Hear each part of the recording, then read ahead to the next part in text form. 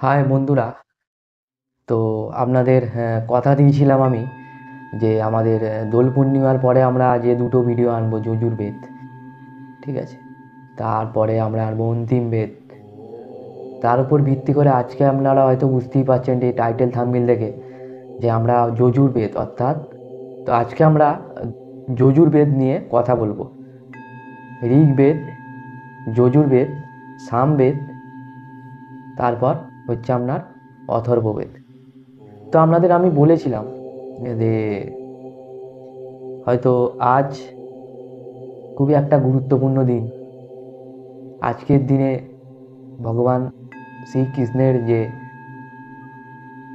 দোল খেলা, রাধাকৃষ্ণের যে রাসলীলা, যাকে সেখান থেকে আমাদের দোল, দোল্লায় দুলে দুলে যেভাবে আমরা এটা জেনেছিলাম আমরা এর আগের ভিডিওতে।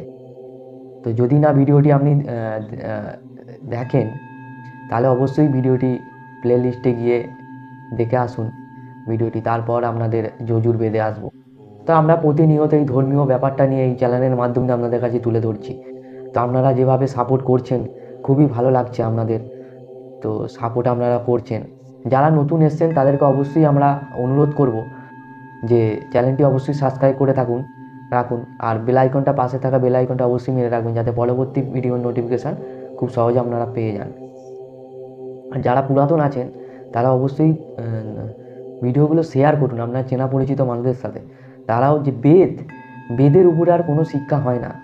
যদি দেখুন, সমস্ত বেদ একটা মানুষের জীবনের পক্ষে জানা হয়তো অসম্ভব, কিন্তু তবু আপনাদের এই ভিডিওর মাধ্যম দিয়ে, এই ধর্মীয় চ্যানেলের মাধ্যম দিয়ে আপনাদের কাছে যে টাচ, যে সংক্ষিপ্ত যে একটা আলোচনা, হয়তো ভিডিওগুলো কোয়ালিটিপূর্ণ নয়, খুব সাধারণভাবে আপনাদের কাছে তুলে ধরি। আমার আলাদা একটা অন্য চ্যানেল আছে, যেটা আপনারা আর্থিক ও শারীরিক দিকে ভিডিও পাবেন। তো আজকে আমরা যে বিষয়টি নিয়ে আলোচনা করব সেটি হচ্ছে যজুর্বেদ। তো এই যজুর্বেদ, দেখুন, সনাতন ধর্মের বেদই হলো সর্বপ্রাচীন ধর্মগ্রন্থ, ঠিক আছে? এর উপরে আর কোনো শিক্ষাই বলুন, যা কিছু বলুন, জ্ঞান অর্জনের সব থেকে গুরুত্বপূর্ণ উৎস হলো বেদ। তো দেখুন, সনাতন ধর্মের কেন্দ্রবিন্দু হলো বেদ, ঠিক আছে? তো প্রথম বেদ হলো ঋগ্বেদ, তারপর হলো যজুর্বেদ, তারপর সামবেদ, তারপর হলো অথর্ববেদ। এবার আপনাদের মনে প্রশ্ন জাগতেই পারে যে আমরা প্রথমে প্রথমে আমরা সামবেদই নিয়ে আলোচনা করেছিলাম, আমরা ঋগ্বেদে সবার শেষে আসবো। তো আজকে আমরা যেটা যজুর্বেদ অর্থাৎ প্রথম বেদের দ্বিতীয় বেদ আজকে আলোচনা করব। তারপরে আমরা আসবো অথর্ববেদ, একদম অন্তিম বেদে আসবো পরের ভিডিওটি। সর্বশেষ যে আমরা ভিডিওটা আনবো সেটি হচ্ছে ঋগ্বেদ, ঠিক আছে?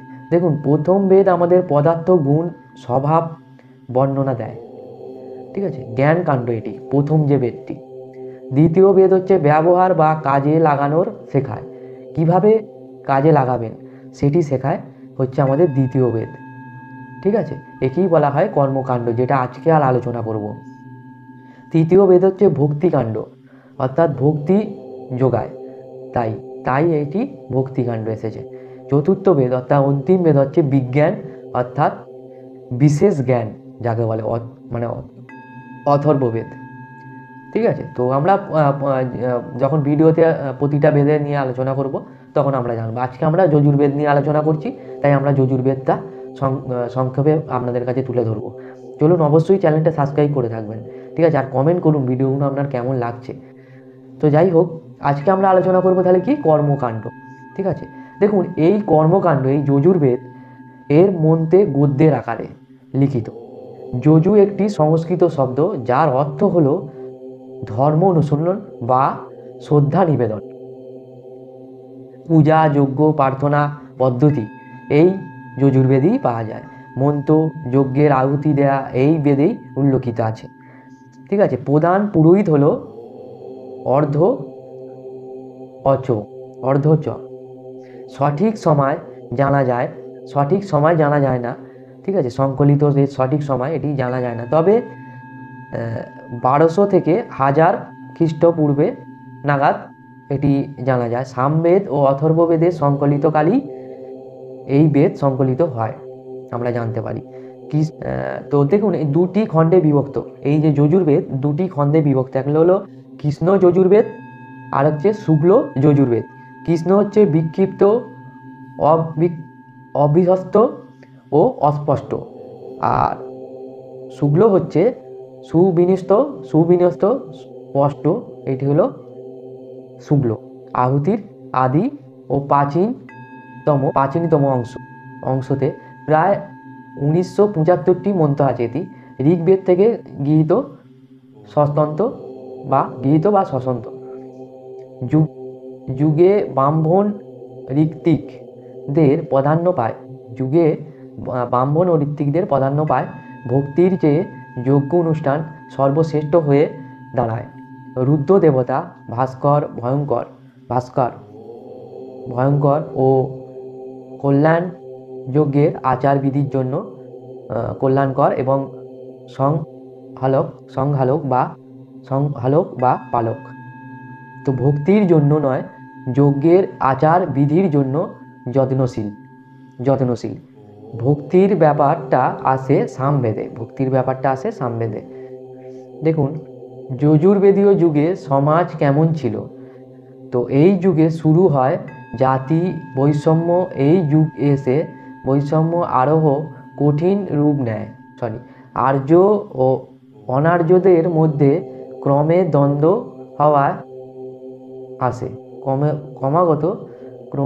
দ্বন্দ্ব হয়ে আসে।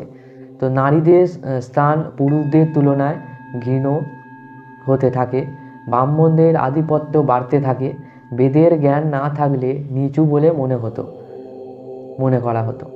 তো বৈদিক যুগে শ্রেণী বিভাগ হতো কর্মসূত্রে, জন্মসূত্রে নয়। ঠিক আছে। পরবর্তীকালে ব্রাহ্মণ ঘরে জন্ম নিয়েও যদি তার কর্ম শূদ্রের মতন হয় তবে সে শূদ্রেয়। তো বেদের জ্ঞান থাকলে ব্রাহ্মণ বলে ধরা হতো। এই বেদের যজ্ঞ পরবর্তীকালে পিতৃপিষ্ট যজ্ঞ অর্থাৎ পিতৃ শ্রাদ্ধ বলে পরিবর্তন হয়েছে। মন্ত্রের ও অর্থ যে ব্যক্তি এবার আমরা একটা মন্ত্রের অর্থ জেনে নেব। যে ব্যক্তি যাদের উপাসন করে সে গভীর অন্ধকারে প্রবেশ করে। ব্যক্তি নির্বল হলে সমাজ নির্মল হয়ে যায়। অসংভূতি হলে প্রাকৃতিক বস্তু, সংভূতি হলে মানুষের তৈরি বস্তু। অসংভূতি হলো প্রাকৃতিক বস্তু, সংভূতি হলো মানুষের তৈরি বস্তু। সম এর অর্থ একসাথে, ভূতি এর অর্থ হলো হওয়া, আচ্ছা একসাথে হওয়া, একত্রিত হওয়া। তো সমাজের জন্য চিন্তা করাই সংভূতি, আর ব্যক্তির স্বার্থে চিন্তা করা হলো অসংভূতি। ঠিক আছে। এখানে ব্যক্তি কেবল নিজের কল্যাণ চিন্তা করে, সমাজের কল্যাণকে সে উপেক্ষা করে। তাই তো এই ধারণে যজুর্বেদকে ঋগ্বেদের পরে স্থান দিয়েছে। ব্যাখ্যান তাই এই ধরনের ব্যাখ্যানকে যজুর্বেদকে ঋগ্বেদের পরে স্থান দিয়েছে। শুধু সামাজিক ক্ষেত্রে নয়, আধ্যাত্মিক দর্শনের কার্য ও পরম আত্মাকে চিনতে শেখায় এই বেদ। ঠিক আছে। আগত করে ন্যায়কারী, সদা মুক্ত, শরীরহীন, রোগহীন, জন্ম মৃত্যুহীন, ঠিক আছে, শুদ্ধ, নির্মল, নিষ্পাপ ও অন্তর্যামী, দুষ্টের দমনকর্তা ও অনামী জীবের জন্যে যথাযথ ফলের বিধান করে। ধর্ম, অর্থ, কর্ম, মোক্ষ কথার জন্য বেদ জ্ঞান প্রদান করে। তাই তো যজুর্বেদ গুরুত্ব অপরিসীম। এই বেদের গুরুত্ব অপরিসীম। এর যে উপবেদটি হলো ধনুর্বেদ। ঠিক আছে। এই বেদের উপবেদ হলো ধনুর্বেদ। আমরা টাইটেলই দেখেছিলাম বা থাম্বনেইলে হয়তো দেখেছেন আপনারা। এটি মূলত অস্ত্রবিদ্যা একটি শাস্ত্র। ঠিক আছে। এটিতে অস্ত্র এবং শস্ত্র দুটি বিদ্যাই উল্লেখিত আছে। ঠিক আছে। অস্ত্র হলো যেটি দূর থেকে নিক্ষেপ করা যায়, আর শস্ত্র হলো যেটি হাতে নিয়ে যুদ্ধ করতে হয়। সমস্ত বিদ্যাই এই বেদের মধ্যে পাওয়া যায়। তো আমাদের পথ চলা যত এগোবে ততই জীবনে বেদকে জানতে পারবো আমরা। তো দেখুন, এটা তো প্রয়োজন, এটা দরকার, ঠিক আছে। আমাদের যে ধর্মীয় জিনিসটা মানুষ বর্তমান পরিস্থিতিতে যেভাবে নিজের জীবনকে সুন্দর দিকে নিয়ে যাওয়ার জন্য যে কর্ম ব্যস্ততার কারণে আমরা যে ধর্মীয় ব্যাপারটা, তবুও অনেকে কিছুদিন কয়েকটা দিন আগে আমি দেখছিলাম যে একটা 3 বছরের শিশু মানে ভাইরাল হয়েছে, মানে যেটা, ঠিক আছে, ভগবত দাস যিনি, তো ফেসবুক ইউটিউবে মানে তোলপাড় করে দিচ্ছে যে ইন্ডিয়া আইডলে আমরা দেখেছি সকলেই, ঠিক আছে, যে গিয়ে তিনি বলেছেন হাই হ্যালো ছোড়ো, হরে কৃষ্ণ বলো। তো দেখুন যেভাবে এই ভক্তি একটা ছোট বাচ্চার মধ্যে যেভাবে যে ভগবান ঈশ্বরের প্রতি যে যে ভক্তি, সেই যে একটা জিনিস, তো মানুষের জীবনকে এটি সত্যি ধন্য করে দেবে।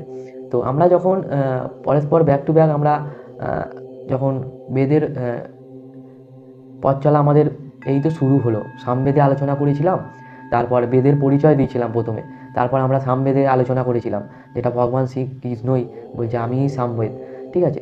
তো তারপরে আমরা আজকে যেটা যজুর্বেদ নিয়ে আলোচনা করলাম, এখন অনেক বাকি বেদে, বেদান্ত আছে, বেদাঙ্গ আছে, ঠিক আছে।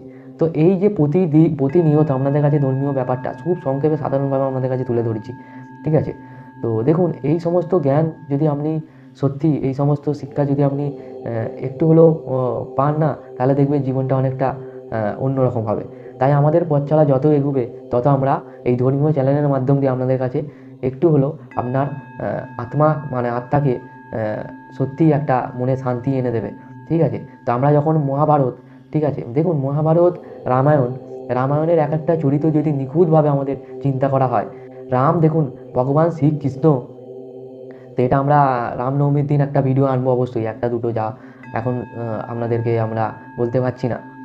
তো দেখুন ভগবান শ্রীকৃষ্ণ যেভাবে অবতার নিয়ে, মানব রূপ অবতার নিয়ে, রাবণের শক্তি কিন্তু কম ছিল না, কিন্তু সে অধর্মের পথে ছিল, তাই তার ধ্বংস হয়ে গিয়েছিল, বিনষ্ট হয়েছিল। তো এই সমস্ত ভিডিও আমরা রামায়ণের আগে সিরিজ করেছিলাম, আজকে আমরা বেদে ফিরে এলাম। তো এরপরে আমরা মহাভারতে আসবো, গীতা জ্ঞান এখনও বাকি আছে।